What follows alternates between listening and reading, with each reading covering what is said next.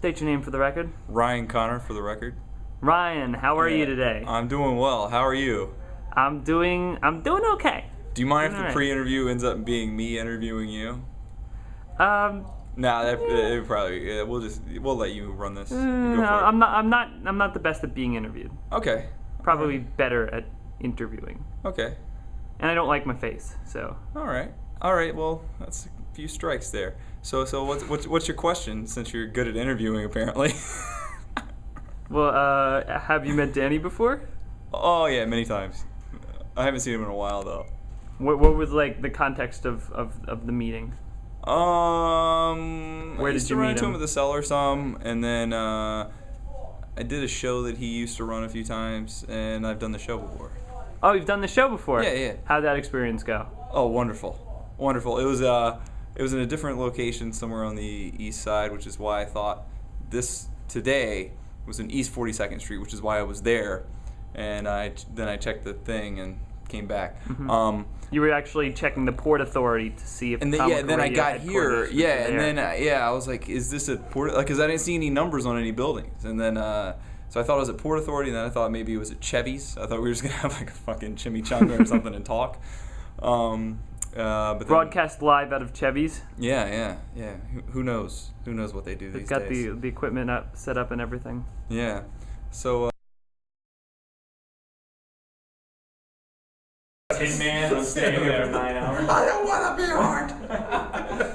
That one wasn't that bad. This girl pretended to be Mongolian, and then and she's like, "Yeah, I'm here for this summer thing," and then it makes me feel bad because I'm like, I've read that in Mongolia there's like 27 roads, so I'm like, just think of how hard it was for you to get to Shanghai. Yeah. And I wouldn't have fallen for this because I'm not well read. Well, there you go. So I buy some shit from her. I spent like, I don't know, maybe $80 on some stuff that should have been 20, but that wasn't that bad. That's not a bad scam. That's just Chris Iacono pricing. Yeah, it's real. This is real cheese. This is real. You're not gonna get real cheese from the fucking Taiwanese. This is a $2,000 website. Yeah, but then the worst one was I fell for a fucking tea scam.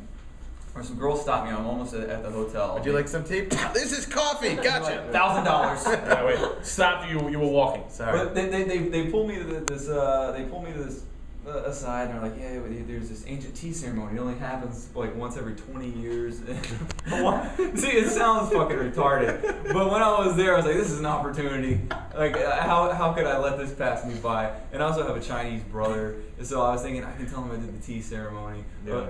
And then of course, if I actually told him, he'd be like, "You moron! Like, I've never even heard of a tea ceremony." So these girls they lead me to this thing.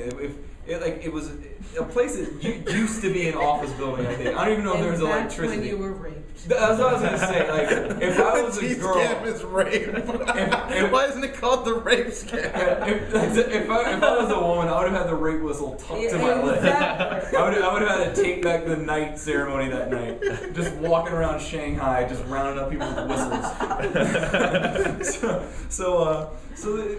They just give you sip tea, and tea is one of those things where it's all right, but it's not like why are we acting like it's not just water with leaves in it? Right. It's just Leaf water. Yeah. So I take like a few sips, and if it was 5 sips of like one sip of 5 different kinds of tea, they bring out the bill, and it was $480 US.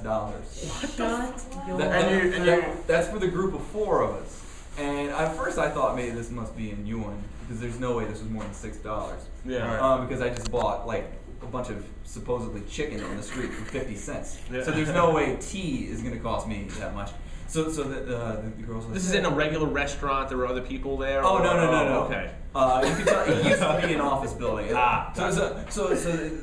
I'm just looking at A it. bunch of guys come out with samurai swords. You pay for that tea. I wasn't intimidated because it was some little girl. I could beat the shit out of him if it came to it. So then they said they were like, if you don't have enough cash, there's an ATM downstairs. So I was thinking I could run and just But on one hand, I'm thinking I don't know what happens in China if you run out on a bill, and also I'm thinking I don't want to. If I do that, I'm gonna have to leave my art behind. I don't want to do that because at the time I didn't know it was scam art. Yeah, You know, I didn't realize I could just buy that for a fucking nickel at whatever their 7-Eleven is. Their art kept you into another scam. I know. One scam feeds another. Yeah, so it ends up I end up spending like 120. This is crazy. And then I get back to the hotel and I still didn't even realize I was scammed. I was just because I guess I'm an honest person. So I was thinking, oh, that is so high priced. Oh my God. I was thinking tea ceremonies must be 50% of their GDP.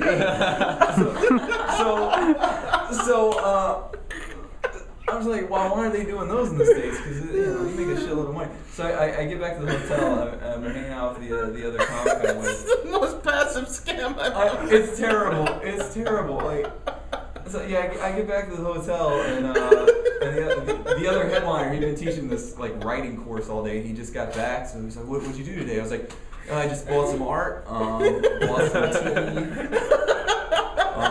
He goes, "Cool." I was like, I really thought I'd spend about $250 the entire 9 days here because everything here is practically free. But believe it or not, I've already spent that much. This is amazing.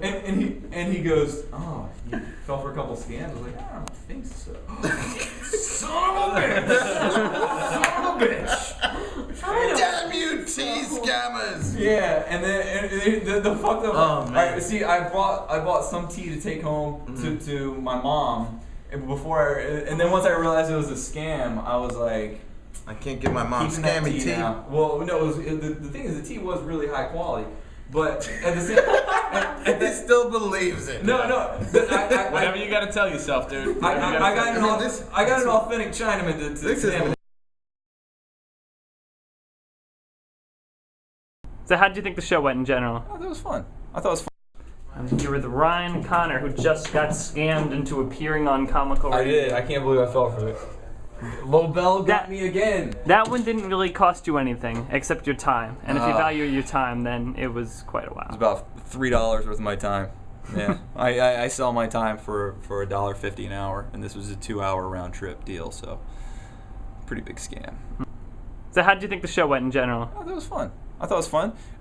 We got some brownie talk in there, which I've never had that conversation in a public forum. So we finally got that out. And then something was brought up that was boring. I forgot what it was, but we all agreed it was boring pretty quickly. Mm-hmm. Oh, the temp job thing. And then things got real fun again. Yeah. Did he mention your beard on air? I wasn't here for it. He if did mention. He did mention. Did he the beard. suggest that you shave it?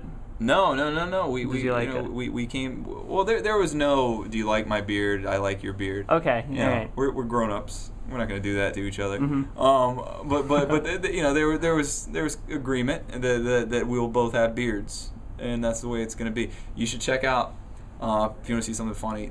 The series we were talking about, Ass Crash Monster. The beard that I have for that is fantastic. It's sideburns, and then we have just a strip from here all the way to here. It's called my Wohawk. Whoa! So it And then kind a of looks like a pitchfork soul patch. A little Kind bit. of, yeah. And it goes all the way down like this. And I wore that for 3 days in Williamsburg while we were shooting, and no one batted an eye. Wow. Yeah, I actually got compliments wearing that and a fez. Like even with no cameras on, like if I was going out to dinner, I would still complete the outfit and wear a fez and stuff. And people just, this dude was, I really like your style, man. I don't. You fit right in with it. You fit right in with the Brooklyn crowd, though. you know? Yeah, exactly. It is Williamsburg. Listen to Comical Radio on iTunes. For more of Ryan Connor and all of your other favorite comedians, go to comicalradio.com and subscribe on iTunes.